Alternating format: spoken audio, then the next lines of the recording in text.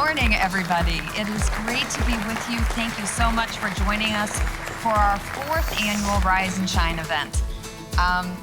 Thank you, first of all, for listening to our video. To be very honest, I love watching it because I've been part of the Atlanta growth for National Church Residences since the very beginning. I know that's really dates me, but that's okay. I was down here in 1998 when we acquired our first community, which was Lakewood Christian Manor. And I will tell you that since the first time we got here, we have been welcomed by this community in ways that I can only begin to express. Everything from our civic leaders to our corporate partners to our community in general and to a lot of our peer groups who said, look, we need more nonprofit organizations coming down here and helping us with the affordable housing needs of this community. And we have been coming here ever since. And we're very excited to be able to say we plan to be here for a long time to come. So thank you, all of you, for being here with us today to be part of that celebration of the things that we do only because of all of you that are here.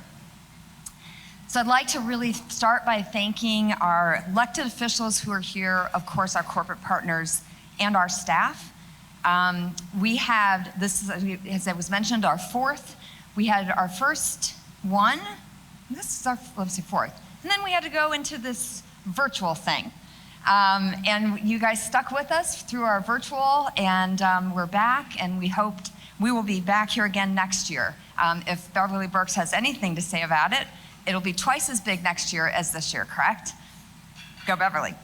So I don't think I need to explain a lot about who National Church Residence is. You saw a lot about who we are here in Atlanta. But let me just give you one quick thing about who we are as an organization. As a 60-year organization, we are committed to serving seniors in a continuum of care. We are an organization that thinks about seniors when they are in affordable housing, when they're in the community, in their own home, in an assisted living, in need of care like a hospice program. We are really thinking about our seniors in every place that they are. As an organization right now, we probably serve about 45,000 seniors a year.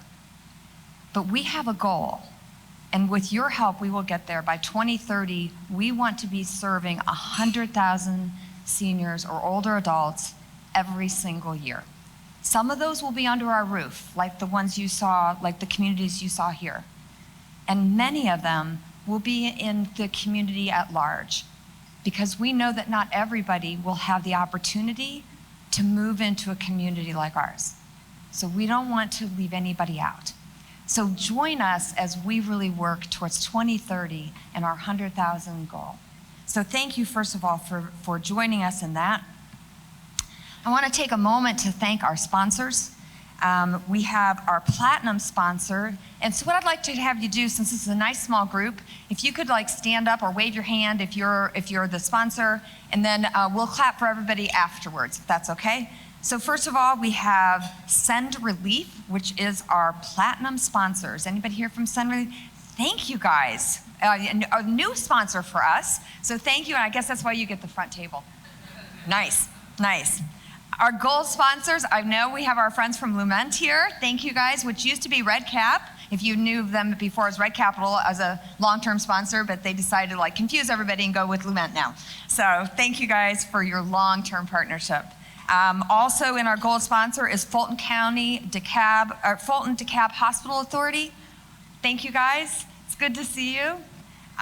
We have our silver sponsor, Clover Health. Anybody here from Clover Health? All right, well, we love them anyway. Our bronze sponsors are Arden Golden Gregory. Thanks, you guys. I see you're at the table back there. And we have Enterprise over here. We have our Enterprise folks. Hey, how are you? Nice to see. I knew you'd show up, Megan. I knew you'd be here. And also TWD Inc. Anybody here from TWD? Okay. So please give a round of applause to all of our sponsors. Without you, this breakfast would not have happened. There's 2 special guests we have here that I want to also acknowledge. One is National Church Residences is run by a 24-member, non-compensated volunteer board. They are awesome. And when we started working in Atlanta, we said we need representation at the parent board level from people in Atlanta. And so our first board member from the Atlanta region was a gentleman named Eric Borders. Eric, would you like to stand and be recognized really quickly? Eric was on our board for, I believe, Eric, you were on the board for 9 years, correct? And he unfortunately had to term out because that's good governance. But he trekked up to Columbus and provided wisdom to our board for 9 years, as well as being in other capacities. And he has now turned the mantle over to Althea Broughton, who is sitting right to his right. Althea from AGG. And so Althea, thank you for the wisdom you bring to us as well. And last, I want to mention our staff who are here. I see there's a whole group of them in the back. So you guys want to just stand up and be recognized? This is our Atlanta Power team. And so they are all here. We have a few that were not able to make it with us, but I thank you guys for all the leadership you bring. And so if you guys have anybody that you're like, hey, we need to really talk to somebody who really knows what's going on down here, that's the team right there. All right, and last, I want to say one more thing, and that is, why is this important? This event that we've held and continue to want to hold is about two things. The first is to bring thought leaders together. We know that the issue of our older adults is a critical issue. It is not going away, it's just getting to be bigger. We are getting older as a country. And so that brings all kinds of new opportunities as well as new challenges. Nobody can solve that alone.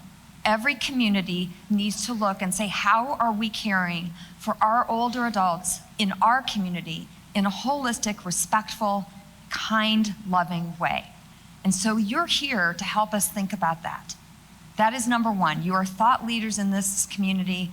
Thank you for doing that and joining us.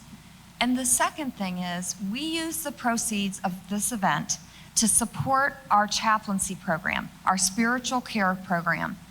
And I just want to mention this really quickly because as an organization that's been around for 60 years, we had not had this as a very formalized program. We had a lot of organic or grassroots efforts around providing spiritual care to our residents in our communities. But then about 7 years ago, our board, thank you guys, said, spiritual care is so important at all parts of our life, but certainly as we are going into the elder years of our life, a lot changes. We lose friends. We lose sometimes maybe our community. We've had to move to a new community. We maybe lose the power to drive. It is for some people, it's a really hard time. We need to provide better care, and that includes spiritual care. There was no money to pay for this. And so our board committed to a fundraising effort that would help us create a more structured, deliberate spiritual care program. And in this community, we have started that and launched it, and it is under the leadership of Pastor Ray Garrett. And Pastor Ray Garrett I just know that Pastor Ray, everybody I know comes and says, you are just awesome. That's all I hear, just awesome. There's no other word for him but awesome. So first of all, I want to thank you for your support, allowing us to bring an extra dimension of care to our residents in all of our Atlanta communities. It is so worth it. And thank you for that. And with that, I'm going to introduce Pastor Garrett to give an invocation. Thank you for your time today, and enjoy your morning. Thank you, Michelle. What an awesome and compassionate lady. You know, Jesus declared that the works that I do, so shall ye also do. But he said, greater works than these shall ye do. In that, we get a call and a commission to serve, to get out into the community and to do our best to try to offer service, to offer care to those that are placed under our stewardship.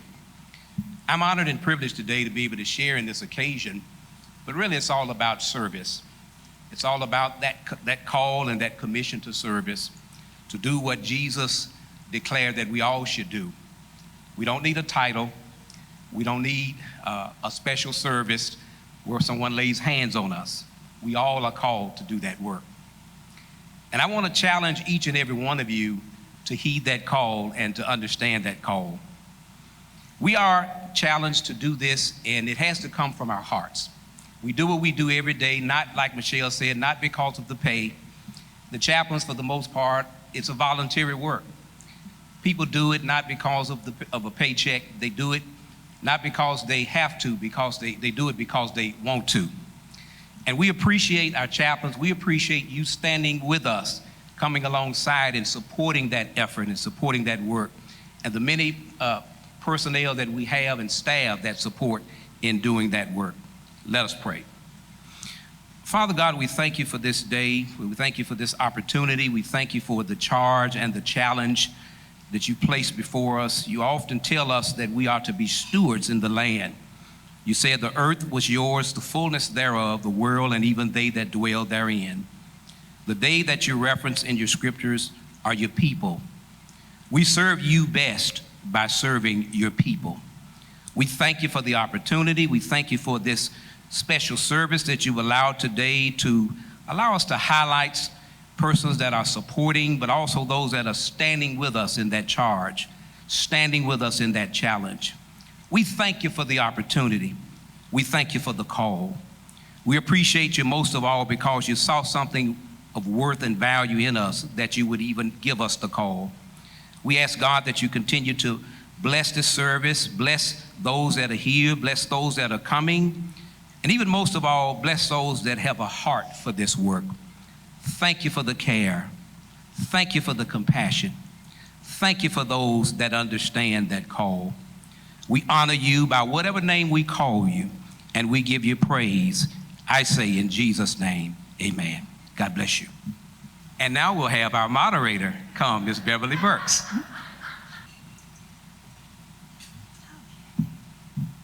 Good morning, everyone. My name is Beverly Burks. I am the Regional Director of Philanthropy and Public Relations. And before we begin the panel discussion, I'd like to recognize our elected officials. We have from Senator Warnock's office, we have Martha Ravella. Please stand.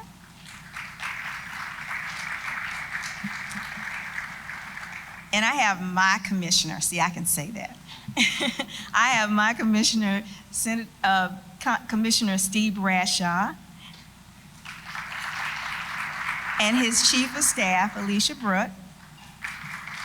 And from Commissioner Lorraine Cochran-Johnson's office, we have her Chief of Staff, Leah Davis. And additionally, we have from Fulton County, representing Commissioner Natalie Hall, we have Asia Holiday McDaniel. She's done? There you go. Okay. And from Commissioner Marvin Arrington, we have Misa Henry, and we also have Gerald Shearing. And from the City of Atlanta's Office of Constituent Affairs, we have Angela Thornton.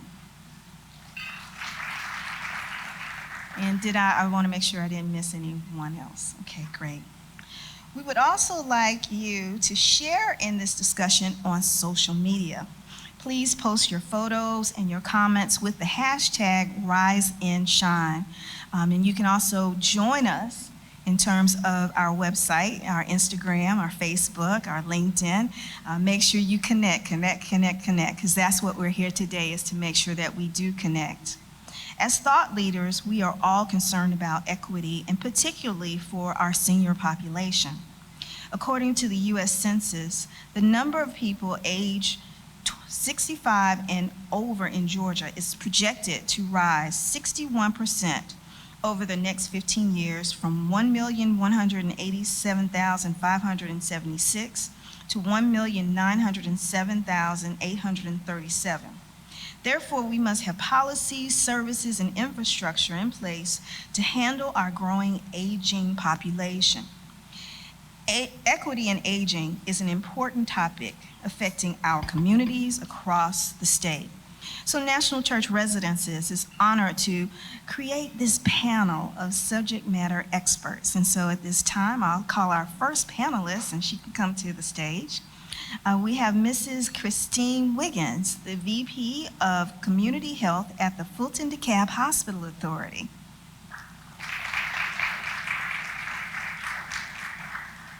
In this role, Christine is responsible for leading the FDHA's efforts to strengthen the healthcare ecosystem in Fulton and DeKalb counties, close access and help service gaps, and develop innovative strategies for improving overall health outcomes for the county residents.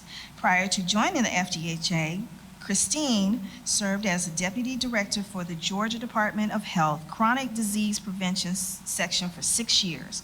She has also served as the Health Disparity Initiative Director for the Maryland Office of Minority Health and Health Disparities, and a Community Outreach Advisor for the HHS of Minority Health. She was a contributing author for the National Stakeholder Strategy for Achieving Health Equity and was very instrumental with establishment of 10 regional health equity councils across the country. Please welcome Ms. Christine. Next, we will have Christina. So I'm gonna have a little trick there. I got a Christine and I have a Christina. Cummings, the Vice President of Operations for Partnerships for Southern Equity. Christina has been an advocate for PSE since its inception and the work of equity throughout the metropolitan Atlanta region. She's a solution-driven leader and an entrepreneur with more than 20 years of experience across multiple positions, including the city of Atlanta, the city of Fulton, and her own restaurant, and a U.S. Marine. All right, give her a round of applause.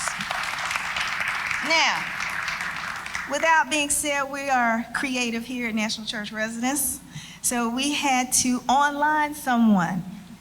And I'm gonna wait to do, there she is, all right.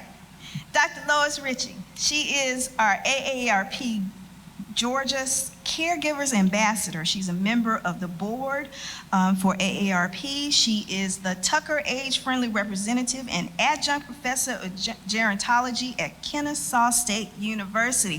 Thank you for remotely coming in, Dr. Lois. Give her a round of applause, too.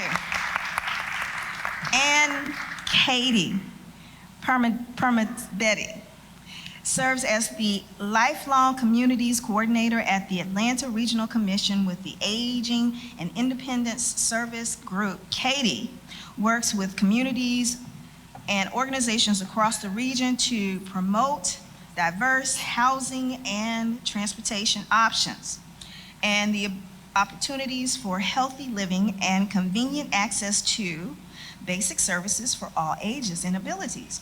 And she is leading the implementation of Live Beyond Expectations strategic plan framework to identify and address the inequities that create disparities in life expectancies and improve the quality of life for all people in the Atlanta region, regardless of location. Please give our panelists a round of applause. So I only have the 2-hour shoes, so I'm gonna go sit down over here.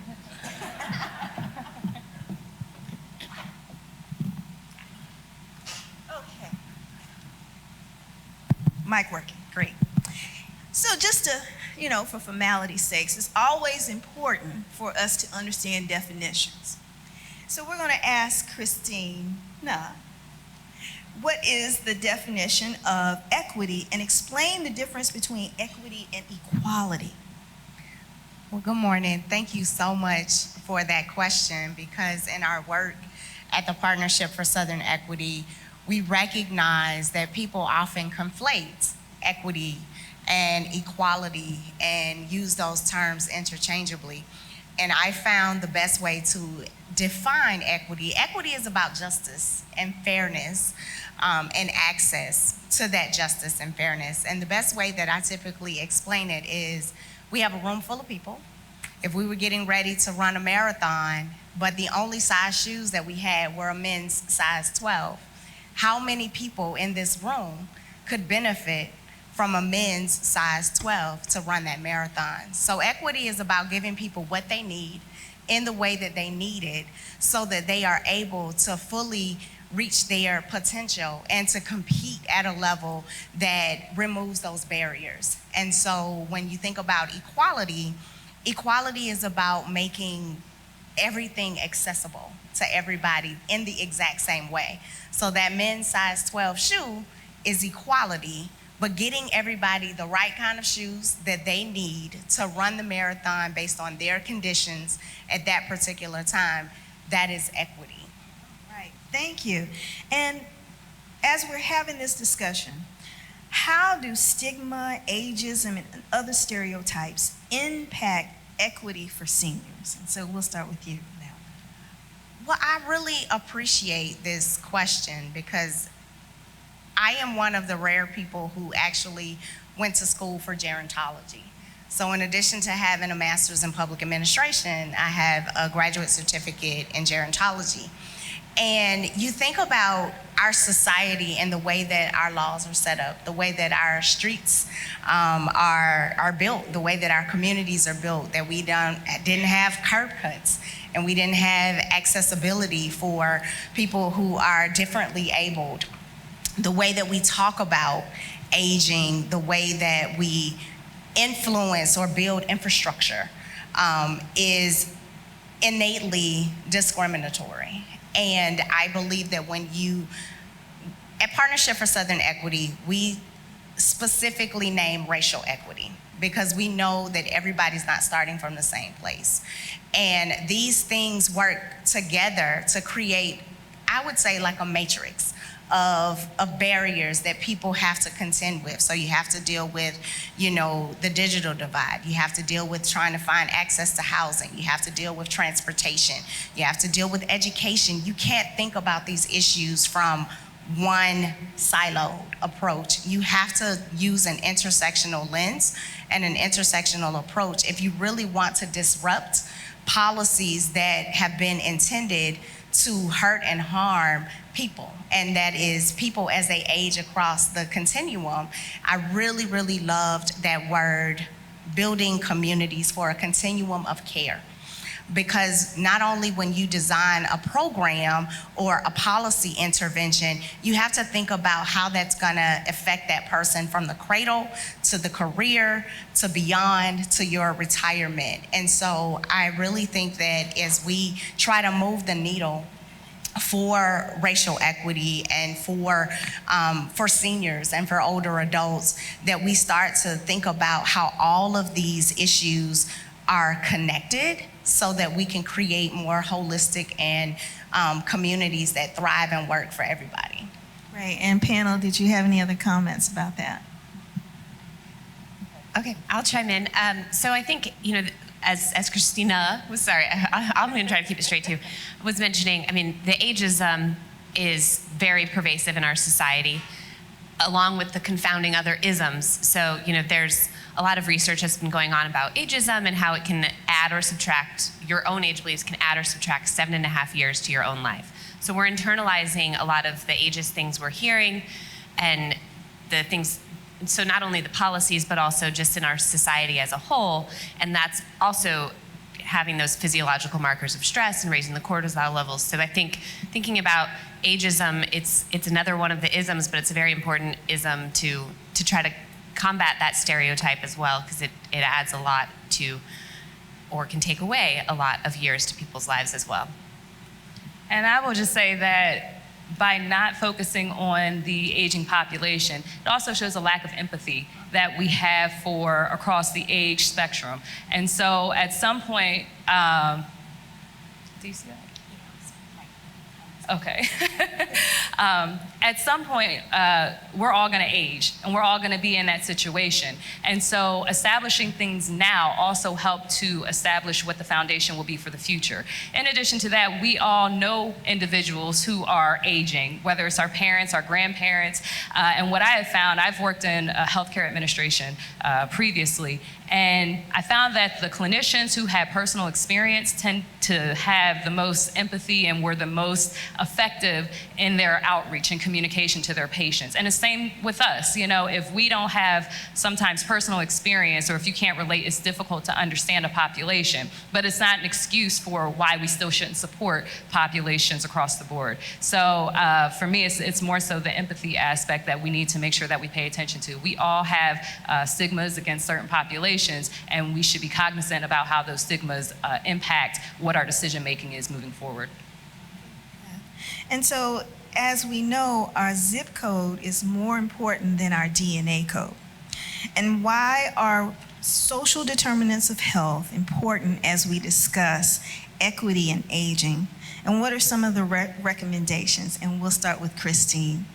So I will say, when I saw this question, I wouldn't quite say that zip code is more important. One is more important than the other, zip code versus DNA code. And the reason I say that is because if you only focus on one, then you neglect the other. You need to understand what the built environment is around you and how that may impact your health. But it's just as important to understand your family history as well and what your DNA code actually says. And so when it comes to addressing these things, we need to make sure that with the social determinants of health, and to make sure that everyone understands what the social determinants of health are, is the conditions in the environment that impact your health. So it's where you how and where you live, work, play, worship, age, all of these things that are in the environment that impact your health. And so when it comes to understanding what's in our environment, then we can then affect change and moving forward.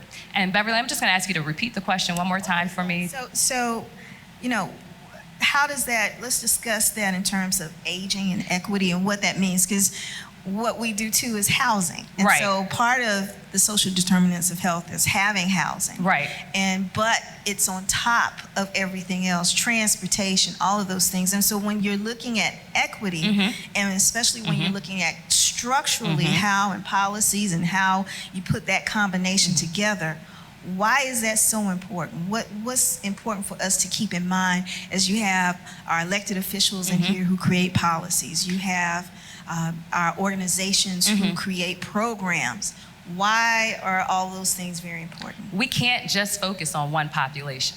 Only focusing on one population, it impacts us all. So if you don't focus on housing, if we don't focus on housing for our seniors, or transportation access, or being able to get healthy foods and things of that nature, then their health, I'm coming from a health perspective, their health declines, which then puts a burden on the healthcare system, which then puts a burden on all of us because we all utilize the healthcare system. And if the cost of healthcare continues to go up, then everyone is impacted.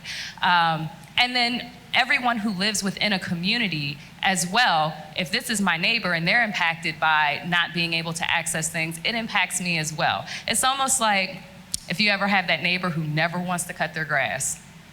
We probably have all had neighbors that, you know, my lawn is well kept and I keep it maintained, but if their lawn next door is not well kept, how does that impact how your entire neighborhood looks? All it takes is one breakdown to make something not look great. And so, yes, for our seniors, we need to make sure that housing is affordable. Is it in a space that they can actually access? And are there other things in the environment that they can access that will accommodate their needs? So for instance, being able to go to the supermarket, and if they don't drive, is it on a transportation line so they can get to the supermarket to fill their prescriptions? We don't always think about some of these things because they don't directly impact us as an individual, but again, they impact people that we know, so it is something that we should be cognizant about. And panel, did you have any other comments about that? I mean, I could elaborate. Yeah, as you're saying, everything's just so interconnected in our lives. So thinking about the policies and how they advance. I mean, I think you did a wonderful job answering it. Yeah. So I'll give you an example. I was visiting a property, and with us having to break down in terms of COVID. And one of the issues that some of the residents were having was access to grocery stores that were close to them. And so they were forced, in some instances, to pay $5 and $10 more for necessities because in their communities, they did not have access to a grocery store that was convenient to them. They had no access to transportation.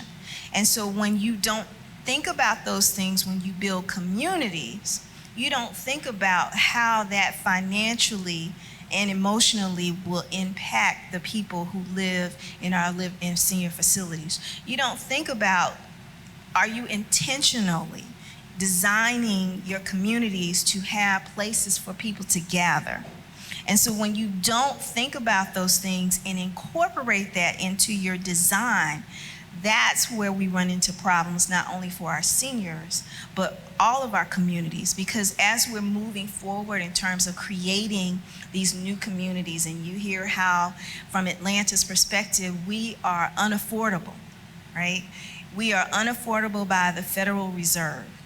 And knowing that we're unaffordable, how are we making sure that as we are creating these new communities, we're designing these communities, what are we incorporating and what are we asking our elected officials, and I can joke and say that because some people know, that we want to make sure you put into the communities to ensure that everyone benefits.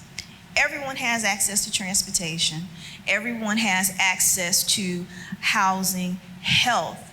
In a lot of communities where I'm seeing, we don't have access to primary care physicians. And so for a senior, if you put that into consideration, if you don't have access to primary care physicians, then that means you have to travel further to get access to your doctor. Or you just say, I don't want to go. And that's what we often see too, is that some of our seniors aren't willing to go to the doctors to get the necessary care. So with that being said, Beverly, can I just make a quick comment? So one thing I want to point out, when I moved here, I'm originally from the Philadelphia area, but moved here from Baltimore.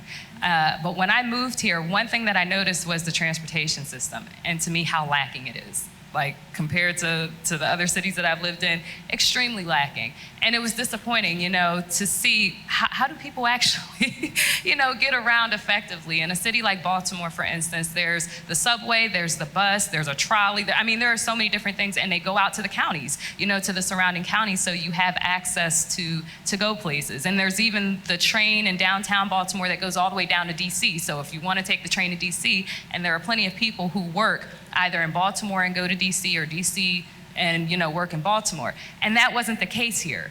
And so when things like that, we take it for granted because we all probably drove here this morning. But in the case of a senior who may not be able to drive, and I believe Beverly or someone mentioned that earlier, taking away that ability, the independence to be able to travel and to get around, it's important. And we need to think about how that affects the overall mental health as well of a senior when you start taking away their freedom and their flexibility, or what they deem as these things. Real quick, and then I'll be quiet. Personal story. My great-grandmother, before she passed, she had a house, lived with my great-grandfather. When he passed, the family made the decision to move her out of the house because they felt like it was too much for her. After moving her out of the house, that was her comfort zone. That's what she was familiar with. But moving her into a different environment, she slowly started to decline. And it was a slow, long progression of a decline at that. I'm talking about from the mid-90s until 2012, I believe, is when she passed. But to actually see that for that length of time, it was hard to watch, because eventually she started forgetting things. She didn't know who we were anymore. But it started with taking her out of her environment to some extent. That was her comfort zone. Same with my grandfather-in-law. He just passed 2 years ago. He was 106 years old. 106. This man still drove. He did. He still dated. You talk to Grandpa about his girlfriends, and he would tell us about these young ladies who were 70 and 80 years old, but they were young ladies to him. Very active. He still worked, in a sense. He grew his garden, and he would go sell things at the farmer's market. He lived in a small town in North Carolina. My father-in-law and his sister got to the point where they felt like, for him to receive medical care, the closest town was Suffolk, North Carolina. Virginia, I'm sorry. One of those. But he had to drive quite a distance in order to receive his medical care. And by my in-laws being in Cincinnati at the time and his sister being in New York, it was too much, and they started to become worried. So they made the decision to move him to Cincinnati. They moved him in August. By December, he passed. He moved from where his family home, So taking into consideration that as we even look at moving seniors and telling them what they need and what's best for them, all of these things, the stress, the environment, these are social determinants. It's part of the social determinant of health construct, but we need to consider all of that as we continue to serve this population. I love that story. I'm just going to chime in one more thing about the transportation in our region. And I think, we've had, so the Regional Commission, we've covered 10 counties. So we have a lot of conversations around the region with different, the communities are structured very differently. So some areas might have better transportation than others. But when you talk to people about, all right, so thinking about where you live now, can you live there as your needs change? What if you lose the ability to drive? And then people start to think, oh no, like either I can't afford to downsize, or how will I get around? And they're like, oh, well, I would love some public transportation actually. Or then, like, maybe I don't want heavy rail, but I'm gonna need a shuttle. I mean, they start to think about, oh, wait a minute, this transportation housing intersect I think is huge, and that's a lot of the unaffordability of our region. If you look at the costs combined, people are making choices. Do I live here because I can afford this house, but that means I have to drive, or do I, they're making those trade-offs of sometimes someone will live where they can afford the house, but then they have to take an Uber because they don't drive or have a car and there's no public transportation, or the opposite, where they're living near transportation and maybe inadequate, poor living conditions or whatever. But I think those trade-offs, the housing and transportation, they work very closely together. And in our region, I think when you start thinking about your future self and having people think about what are their future needs, you're being biased against your future self and thinking about what you need in terms of that transportation system. So we have a lot of room for improvement in our region on that social determinant of health for sure. Okay, if I could just really quickly, I want to dive into that zip code part of that question, because it's not an accident that people live where they live. It's not an accident that people are unable to stay in the communities that their families and their grandparents historically used to live in. My family, I'm an Atlanta native, is from Pittsburgh. My grandmother had a property a quarter of a mile from the Beltline, from two entrances to the Beltline up the street from Pittsburgh Yards. And I saw the predatory nature of the market that essentially conned my aunt out of my grandmother's property. I went to the closing with my aunt. She had gotten ill, she had cancer, she needed the money, so she decided to sell the property. So when I asked the developer what were his plans for the property, it is at 1137 Mayland Circle. He said, oh, I think I'm gonna rehab it, I'm gonna flip it. I said, well, you shouldn't have a problem with that because it's a quarter of a mile from the Beltline. He said, oh yeah, that fancy sidewalk. And so he was telling my aunt, how lucky she was to be able to sell her property, and that he was so glad that she could get out of that neighborhood and out of that area. That house is still sitting abandoned. It is still blighted, but the dirt that is underneath that house is worth about $250,000. And so when we talk about affordability and where people live, it is not an accident that Black and brown folks get conned out of, swindled out of their legacy for their families. And so my grandmother was a domestic worker. She was a cook. She worked in the school systems, but she was able to raise her 3 children and buy a property in downtown, like 5 minutes from downtown Atlanta, that I couldn't afford to buy right now with an executive salary. And so I really want us to think about how real it is, how our land use, that we don't have a regulated industry around investor-owned properties. There's nothing that prevents people from coming into communities and swooping up property. That's why we have an affordable housing crisis, not because of a lack of investment. These neighborhoods have been historically depressed. They haven't been able to get mortgages in these communities, and when they did get mortgages, they were reverse mortgages. And so Black folks have started out at a loss, but our policies reinforce that deficit and that widening. And so those health outcomes correlate with your ability to be able to afford a car, afford access to transportation, and to be able to maintain generational wealth. And so I felt like it was so important that we said that. No, and I totally agree with you on that, because you see that even now with our seniors. I remember former Keisha Bottoms sent letters out to the neighbors, the people in those neighborhoods, to say, do not sell your house. Made it a point to tell people not to sell their houses, because a lot of them were not getting the true value of their house, or they were taking advantage of the fact that many of them were on fixed incomes and weren't able to afford the taxes. And so that's how some of the properties were being taken away by tax liens. And when you look at who often are the most vulnerable are our seniors, because that is the gateway and has been the gateway for many of us in terms of that generational wealth. The investment of having a home, and not being able to have a home is putting us further back. And that's why you see a large number of people who are now renters. And that is the plight of many of us now, to be renters in our communities.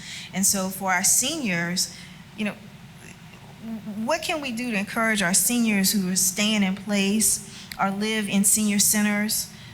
What services and resources are needed to improve their quality of lives when we're talking about that? I want to take that one first, because I feel like you can't have a conversation about resources without addressing the political and the policy frame that when you want to go into an assisted living facility, you basically have to be broke. You have to be destitute. You literally have to liquidate your assets. And so because we don't talk about estate planning as a part of our cultural norms, those are resources. A lot of older adults have deferred maintenance on these properties. And if you can't use the federal dollars, the CDBG, the home dollars to mobilize emergency repair programs so that you can fix somebody's roof so that their house can stay habitable, that is why code enforcement will come and cite them.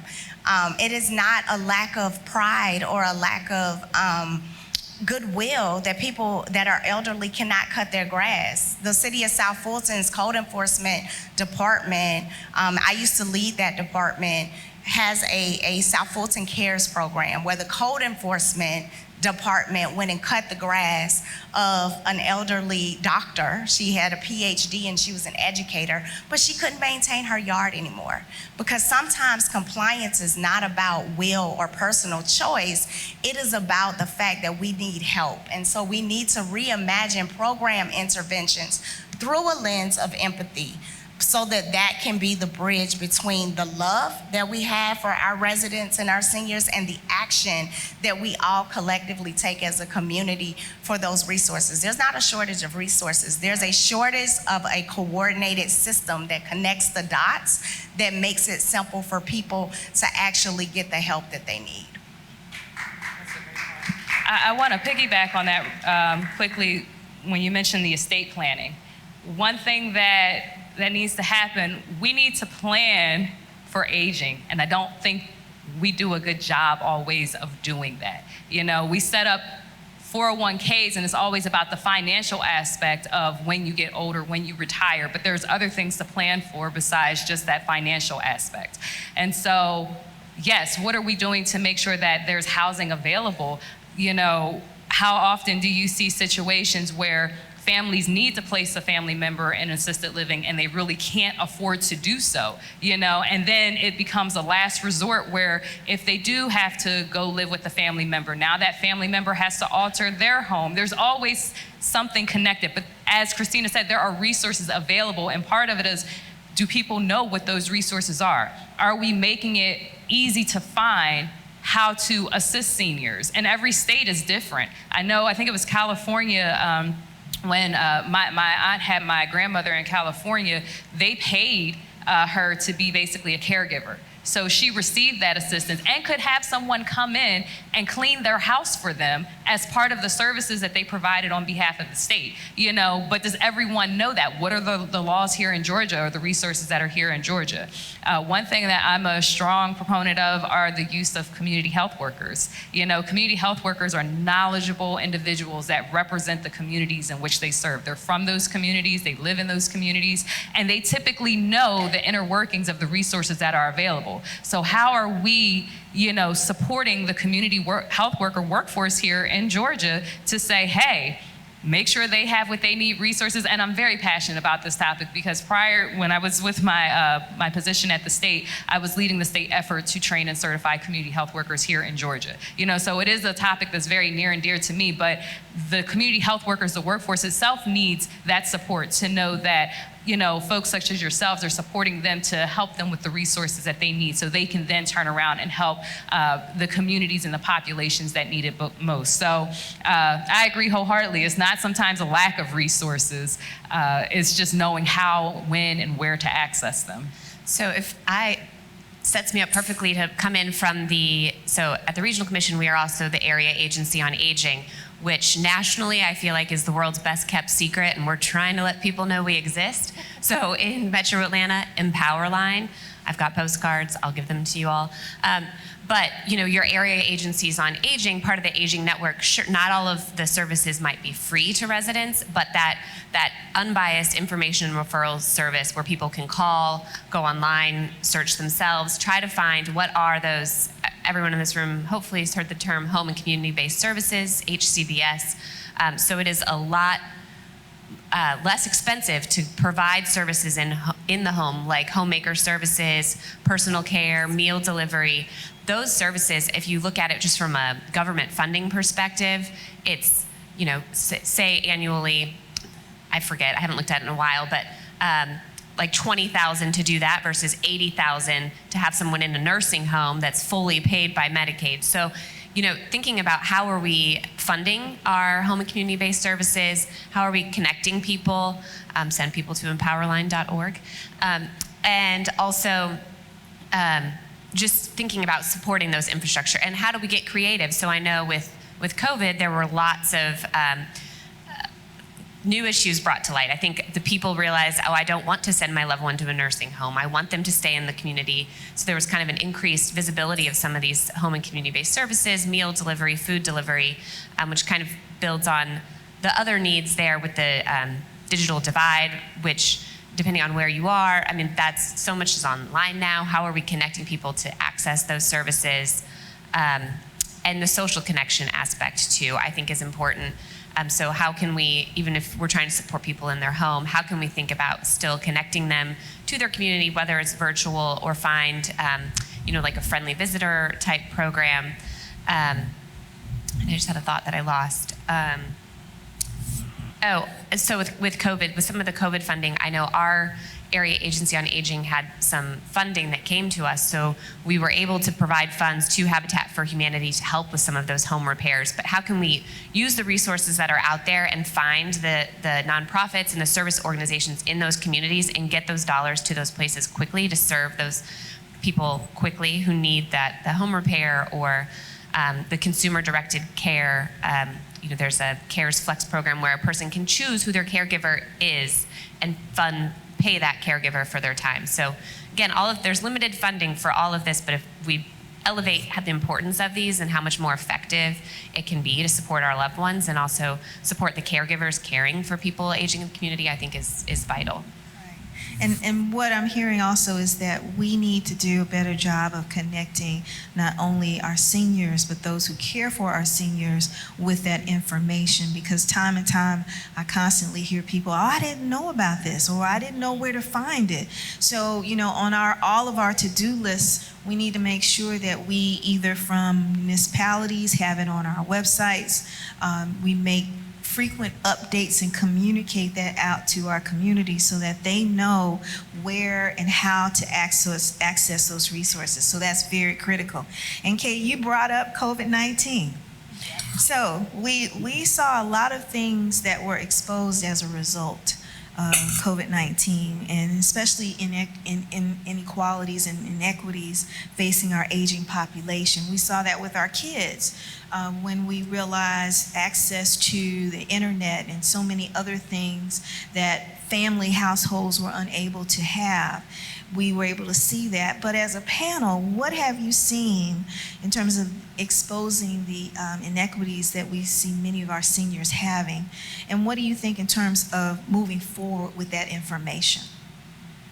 Well, I mean, I think first off, our response to COVID when it first hit was very ageist in nature. I mean, it was kind of like, oh, no one's getting sick except really old people. I mean, we were very slow if you just kind of take a step back, but that's a whole more in-depth conversation. But in terms of the shortcomings of our long-term care, the insufficient PPE, training, I think it highlights the gap in our direct care workforce, paid caregivers that are out there, the low wages, the way that the undervalue our care network, both from caring for older people, as well as undervaluing our teachers, really the whole, and the racist and the back, the history of all of that, which you could probably speak more eloquently to than I can, but so that highlights those shortcomings I can think of.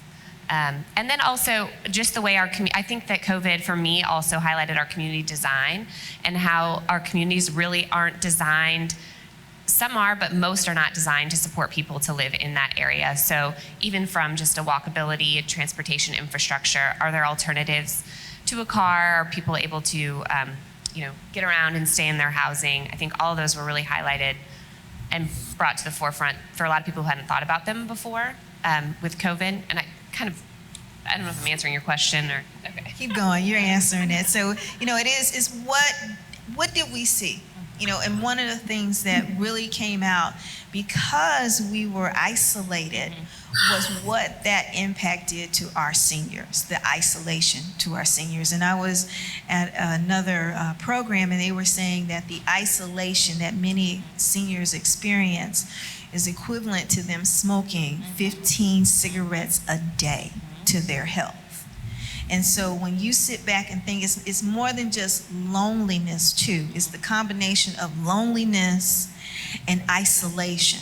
So for many of them, they were unable to have their grandkids to come and see them. They were unable to have their friends. They lost their friends as a result of COVID. All of that took and continues to take a mental toll on our seniors and all of us in this room, really. But it's really hurting our seniors because when all of this started taking place, it took away their groundedness in terms of consistency. Even when you think about workers, we had a lot of people who work at aging facilities or in that aging community, and they weren't able to work there anymore. And so not having that ability as a senior to have that consistency is also a big problem because consistency as you grow older is so important. Making sure somebody having eyes, as my grandmother used to say, she'd forget names, but she'd say, "You child," and you knew who she was talking about, right? And so, but not being able to see that person and have that consistency took a toll on our seniors as well. I would also say that the digital divide, I think was mentioned before. With COVID, we all had to pivot very quickly and learn how to do everything digitally or through Zoom or Teams or whatever we use. Everything became video. But for our seniors, to get them to pivot just as quickly, it was not that easy. I forget it's like a cartoon movie or something like that, but it has aliens in it, but they're trying to hang up from a video call, and they're like, wait, I think I hung up. No, I didn't. I don't know if I hung up. It kind of made me chuckle a little bit because it's that aspect of we took for granted that we were able to adapt quickly and say, oh, let's transition our work, let's transition church, let's transition our doctor's appointments, all and make it, virtual. But for our seniors, that was a very difficult thing for them to do. To Beverly's point, not just the isolation, but that physical touch that was no longer able to happen, it can wreak havoc on someone. And so COVID really exposed that even more, where we told everyone you have to pivot, but did we actually take the time to step back and say, for our senior population, what difficulties may truly exist by trying to do a virtual appointment? Sometimes going out to that doctor's appointment may have been the only thing that they did for that day, and having an opportunity to sit down with their doctor and talk to them one-on-one meant more, because they could express a little better, how they were feeling. May I interrupt, please? Could I just speak for a minute, please? We're going to let you speak, Lois, because if anyone could talk about the virtual part, it would be you. Yes. And you just chimed in. Go ahead, Lois. Well, I apologize, but I'm going to go back a little bit too. I'm going to start for your audience who I can't see. First of all, speaking as a senior, a very active senior, and speaking on behalf of seniors, I'm hearing a lot of ageism being thrown in here as we try to talk about the issues on aging. Many of the people that you're talking about are very capable, functioning, out and about. We weathered the COVID very well because we knew what to do and we took care of ourselves. Speaking for Tucker, Georgia, in our small community, we found many people who chose to find other ways to communicate. I learned about neighbors that I did not know about who called to see if I was doing all right, to see if things were going well. I'm just going off and trying to remember everything that I heard spoken of. I listened to Miss Wiggins talk about her great-grandfather, and that's the voice of aging today. And what I'm seeing you talk about is a very deprived, depressed, impaired society. So I don't want to take away the fact that there are issues in aging. I don't want to make it sound like, oh, aging is wonderful. There are issues. I'm home because of an issue. But I want you to realize that the older population today is not impaired in ways that they cannot function and live in the community. I don't know that I'm saying that right, and I just wish that I was there. Because, Katie, you know so much of my feelings about this whole issue. I regret that I don't know the other ladies, but we got to start looking at what you're saying. Everything you're saying is telling people that, oh, well, these are the issues of aging, and that's ageism. Yep.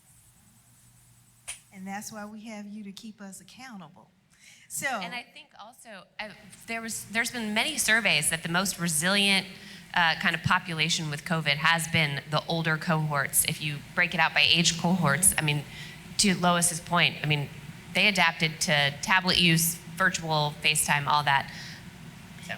Exactly. And so let's just make sure we keep Lois up on the screen so I can make sure I can see her, so we can keep her in tune. So Lois is great for always keeping us accountable, and that's what we need, is that accountability as we're having this discussion. Because if we're not accountable to the people who we are saying we're going to serve, then we are doing them an even more disservice. Because in dealing with a lot of our seniors, having them to say, I can still get around. I might not get around the way that you think I should get around, but I can still get around is very important for us to understand and not minimize what got them to that point in the first place. Aging is something to always think of as a blessing, that you were given a gift to be able to live longer and to be able to have another day to accomplish something that is important to you and for others. And so when we are having these discussions, we have to remember that their resilience in terms of our communities, our senior population, is wonderful. You're looking at people who survived World War II and, had all of these different things in terms of strategies, in terms of how they had to learn how to be more financial, deal with those issues, and they've always come back. They've always been so resilient. And so it is our responsibility for us to gain that wisdom from them to help us as we're planning to move forward. because they did something to get to that point, right? And so if we're not taking advantage and making sure that they are at the table as we're having the planning discussions, and that's why I'm gonna chime in on you, Ms. Lois, because you keep us accountable. We're on the age-friendly council together, and we talk about what does it look like to have a community, and you are probably one of the most vocal and active people in your community of Tucker. But I think what's important for people to hear is what you're seeing and what you're going through to try to make your community an age-friendly community, and the struggles that you may be encountering by trying to do right for the residents as a whole.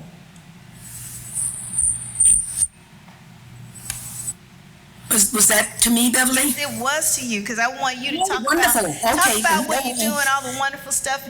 We have quarterly meetings as part of the Age-Friendly Council in Georgia, and Lois always loves to give us updates. So I want you to tell our thought leaders out here, what is it that you're doing in Tucker?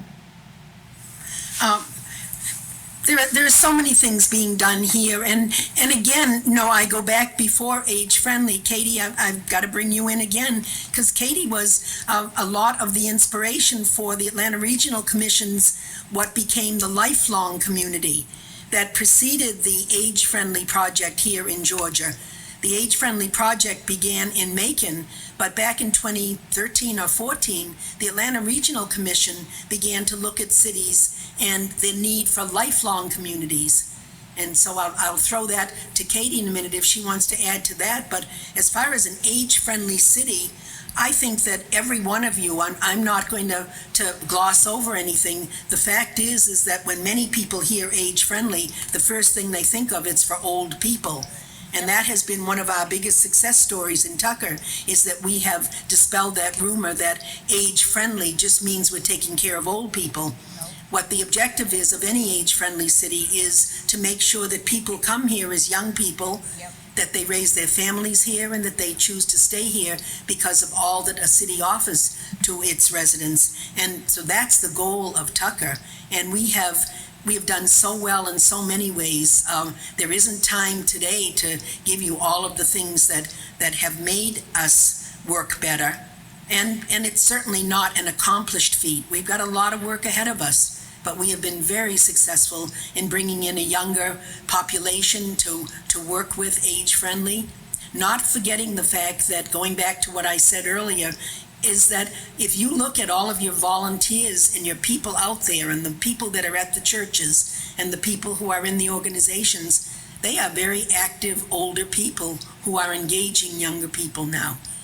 Age-friendly is a term that applies to everything: housing, transportation, socializing, religion. Everything in our lives is all related to that whole process of aging. And as a professor of gerontology, I could go on and on about that, so I'm not going to go there. But I don't know, Beverly, if I didn't answer completely. No, you did. Tucker, Georgia is an age-friendly city. We have a mayor and city council who have bought into the concept, who are helping us meet the goals of the concept. We have developed programs that will help people age here. And we have a lot of housing issues that we are addressing, not ignoring the fact that it's a serious issue, but it isn't a race issue, it isn't an age issue. I think it's a finance issue in a lot of cases. Thank you. And Katie? And Lois is busy. I feel like she's downplaying all of the great advocacy and work that you've done in Tucker, Lois. And I love that you brought up, yes, it's the age-friendly Tucker. It's called age-friendly, but the lifelong aspect. Earlier Christina mentioned curb cuts.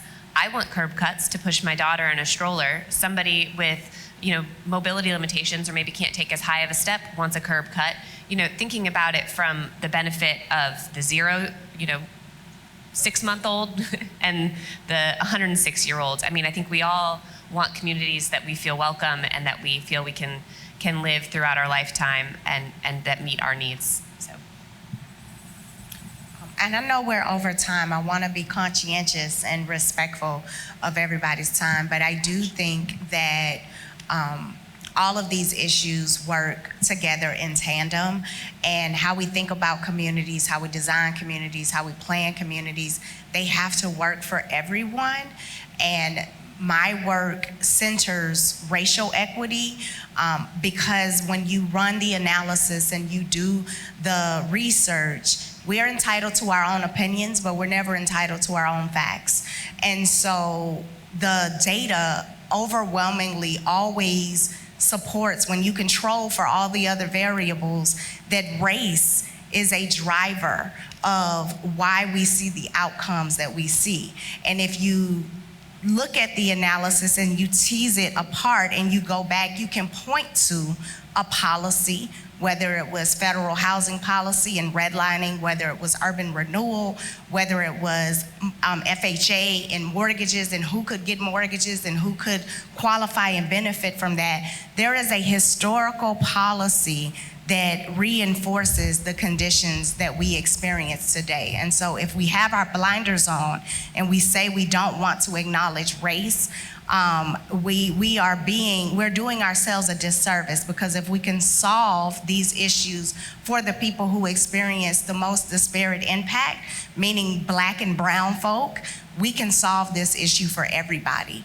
And it is not a zero-sum game. And if we create communities that function for Black and brown people, it should not make us uncomfortable when we talk about racial equity, because what we're trying to do is create that community that serves that 6-month-old and that 106-year-old, and that we don't have zip codes determining how many years a person is going to live across the street. So I really, really want to just leave that here because it's a real thing.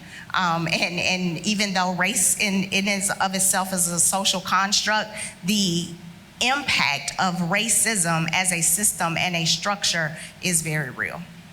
I would say, just a quick sum up, yes, we need to plan for the life cycle, from birth to 106, we keep mentioning 106, but I agree, the whole life cycle, and it's not just about any one particular age group, but as I mentioned earlier, if one group is impacted within a community, it impacts everyone, and we need to keep that in mind. So I'll stop there. No, thank you. And so we got a little more time. We got a little bit of time. So what I want to make sure, Katie, we talked about housing, because that's something extremely dear to our hearts here.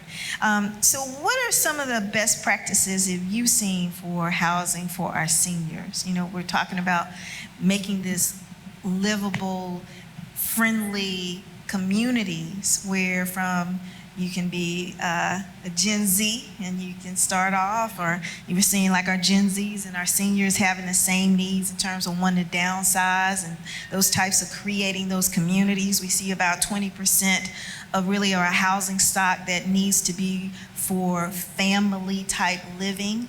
But what do you see in terms of best practices for our seniors and having that right type of housing that you might see with National Church residences? I would like to make that plug for us as well. But what would you say?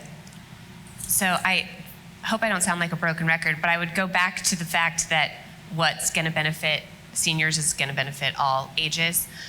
So I think throughout our communities, we need to be thinking about, do we have the varying sizes, shapes, price points, and universal design elements baked into our housing? People's needs change over their lifetime. Their wants change over a lifetime. So the best practices, each community is different to some degree, but I think, communities are really hampering themselves if they have lot size minimums and minimum square footage, and those sorts of policies are really not thinking about including everyone in our community. Housing is such a complex issue, but I think, looking at our zoning codes, do we allow for multiple people to live, unrelated individuals to live in the same home together, like a Golden Girls situation? are we allowing that? Because, there are zoning ordinances out there that say only 2 unrelated people can live together. I mean, you can't have adult roommates. Are we allowing for small accessory dwelling units or tiny homes behind our in our properties? I mean, I think just taking a step back and looking about, are we allowing for that flexibility of shapes and sizes and living arrangements? So, places are getting innovative with some intergenerational, with college campuses and older adult housing kind of co-located.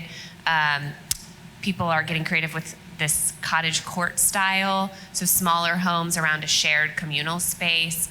So I hesitate to say this is a best practice, because I think it's all about having options for people, let alone going into those policies. Are we making it affordable and accessible, and some of those mortgage policies and things that Christina was talking about, making sure that we're not perpetuating some of these systems that are keeping some people out of being homeowners if they want to own a home. And actually, from the rental perspective, I think it's important to, some places people think density is a bad word, but if we have these mixed use, denser communities that benefit certain people that want to live in those communities, I think all of us would love to be able to walk to a corner market and grab a loaf of bread, right? Maybe not. But thinking about having those options available and allowing for rentals within our communities, I think is also important. I know I didn't really answer your question. I kind of was very general. Happy to go more in depth, but. I think some of the best practices are around clean energy. And when you're building properties, thinking about how can you look at because your utility bill is a kitchen table issue. It is factored into the economy of how much it's going to cost for you to live in a place. And so as we're starting to think about how we can be good stewards over our natural resources and reduce our reliance on fossil fuels, building new properties with solar panels and making sure that you have some level of clean technology that is driving, and there's a whole industry, but we have caps on the number of solar projects or solar panels, or I think it's 5,000 for the whole entire state of Georgia. And so there's a whole industry of green economies and green jobs that we are not tapping into to build in a more resilient and a more sustainable way. So I do think that as we have this conversation about aging and about housing and about best practices, that we actually think about the impact to our environment as we're making these decisions, because land is finite. So you have finite amount of land, how you can use that land and divide it out. All of that is driven by your policies and your laws and your building code. And so as we start to build to a more green and sustainable standard, I think that that will be a best practice, because we're not inheriting the land from our ancestors. We are borrowing it from our legacy and from our children. Amen to that. And to your point, we have, in my little area of Clarkston, we have our tiny cottages. And so I was out talking to some of the owners there. One is 250 square feet. I said, I need that just for my shoes and my clothes. And you talking about living in 250 square feet, right? And another one is like 500 square feet. And so we were talking about bills. And so the one that was the 250, he said, well, yeah, my electric bill was $15. And then the other one said, mine was $60, right? And so they have solar panels on their homes. And so all of that in terms of policies and how we create these neighborhoods and making sure we have multiple options. So if you want to go from being a family to being by yourself, to going back to being a family, to going back to being by yourself, how it's important that as we're developing cities and we're holding our elected officials and other people in terms of designers accountable, that they're thinking about all of those factors so that everyone has an option to stay in one place to live. I think that is probably the biggest thing that we can make sure we have that conversation, is staying in place in that community where Beverly, it's familiar. I would Yes, like to Lois. just speak to the housing if I could. Yes. please, the our age-friendly team has a housing committee, and we could share with you and others all of the possible housing opportunities that we are looking at. One of them is called Thistledown. It's in Pennsylvania, and it is constructed with monies from church donations. Nothing was, there is no expense except to the people who live there for their month-to-month expenses. It is a 7-bedroom, bathroom home that for communities for people of lower income. We have looked at the micro homes. We have 2 wonderful, innovative people here in Georgia, Eric Kronberg and Will Johnson, who are looking at the tiny home concept. We got to be real careful with that because of building costs. They are not as low as people would like them.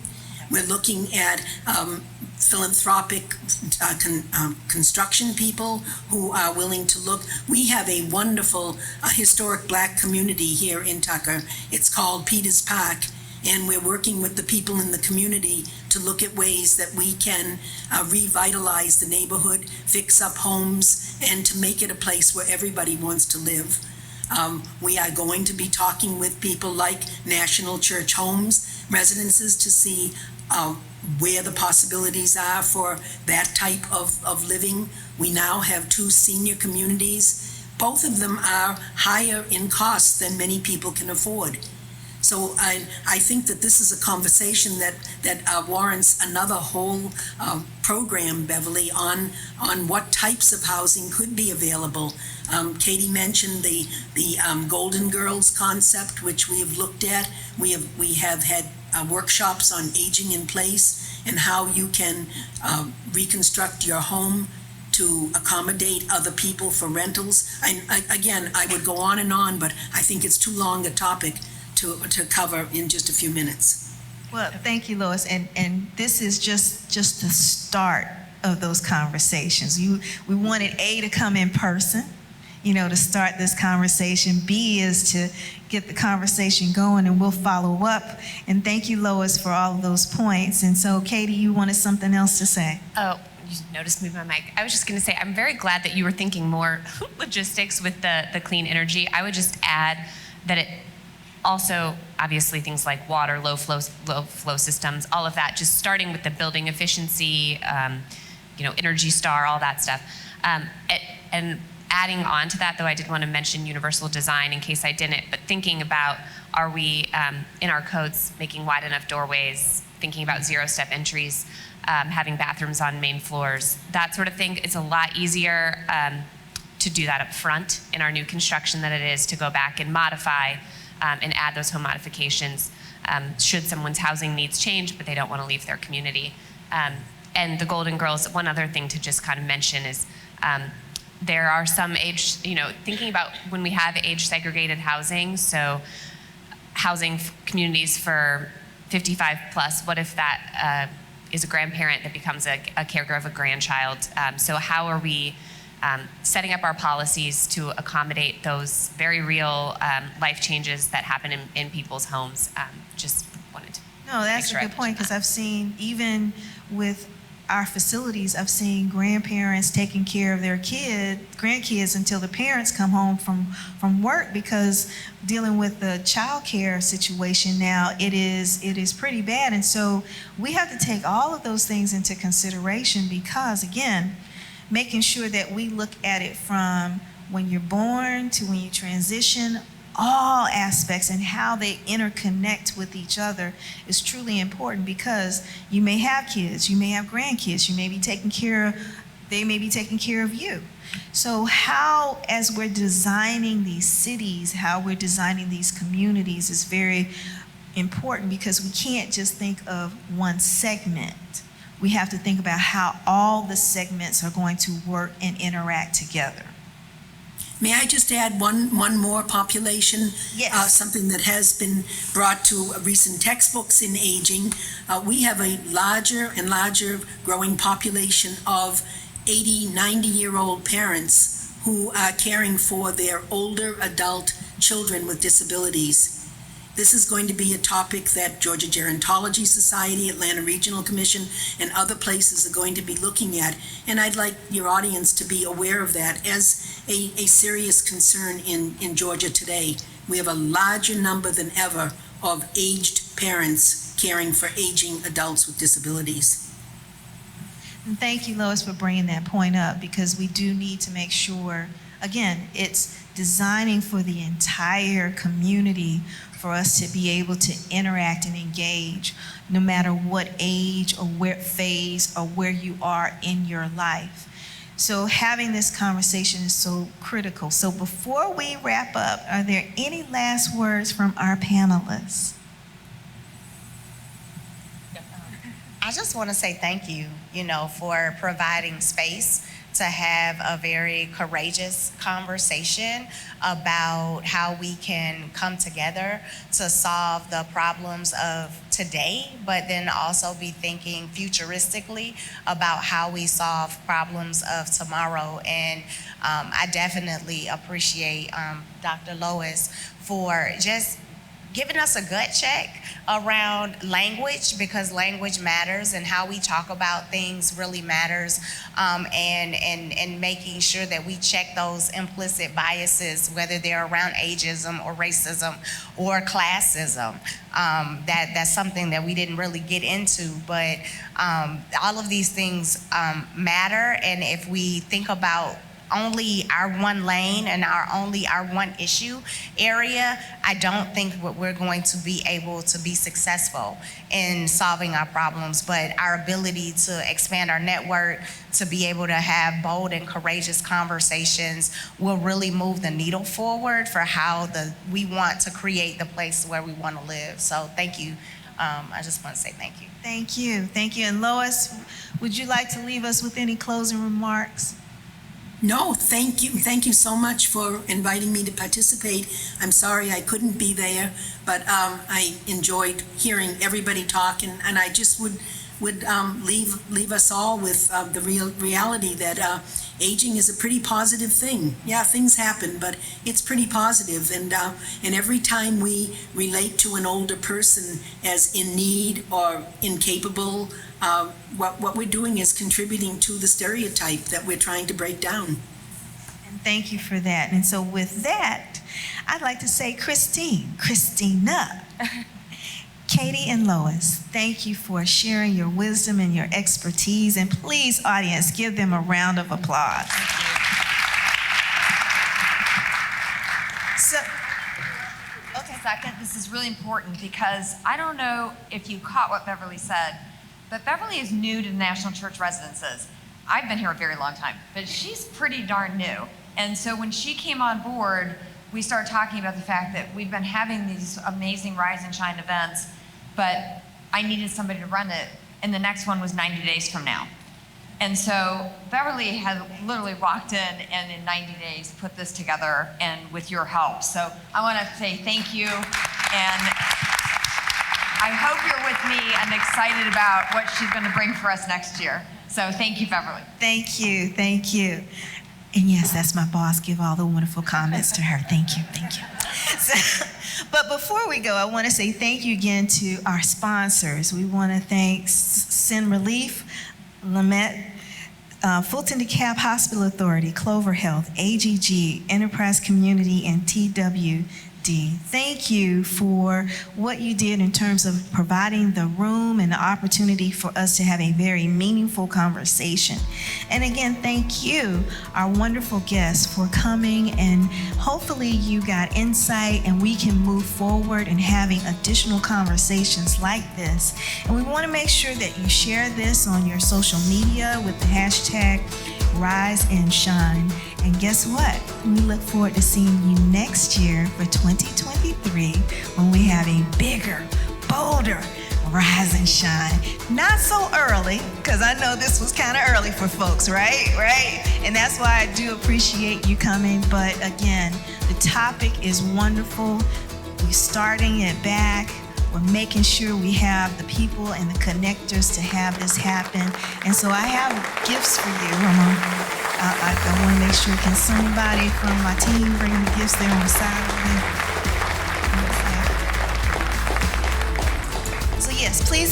round of applause.